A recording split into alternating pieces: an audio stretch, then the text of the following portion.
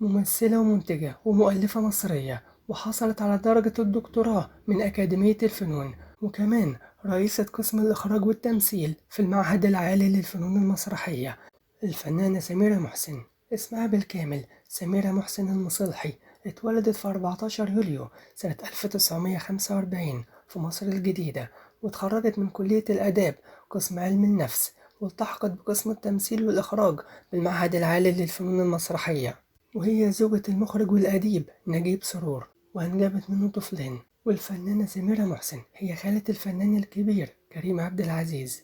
بدأت مشوارها الفني سنة 1969 لما كان وقتها عندها 19 سنة، وده بعد ما رشحها المخرج حسن كمال علشان تشارك في فيلم شيء من الخوف. وفي مشوارها الفني قدمت 44 فيلم، من بينهم فيلم القشاش وحاسة شرف وسنة أولى نصب، وقدمت حوالي 75 مسلسل.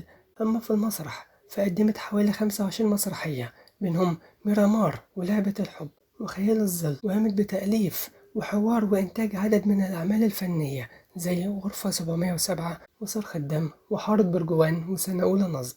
أما عن علاقتها بالفنانة الكبيرة شادية، فقالت الفنانة سميرة محسن وأثناء تصويرها فيلم شيء من الخوف كانت الفنانة شادية بتعاملها على إنها نجمة كبيرة مع إنها كانت في بداية حياتها الفنية.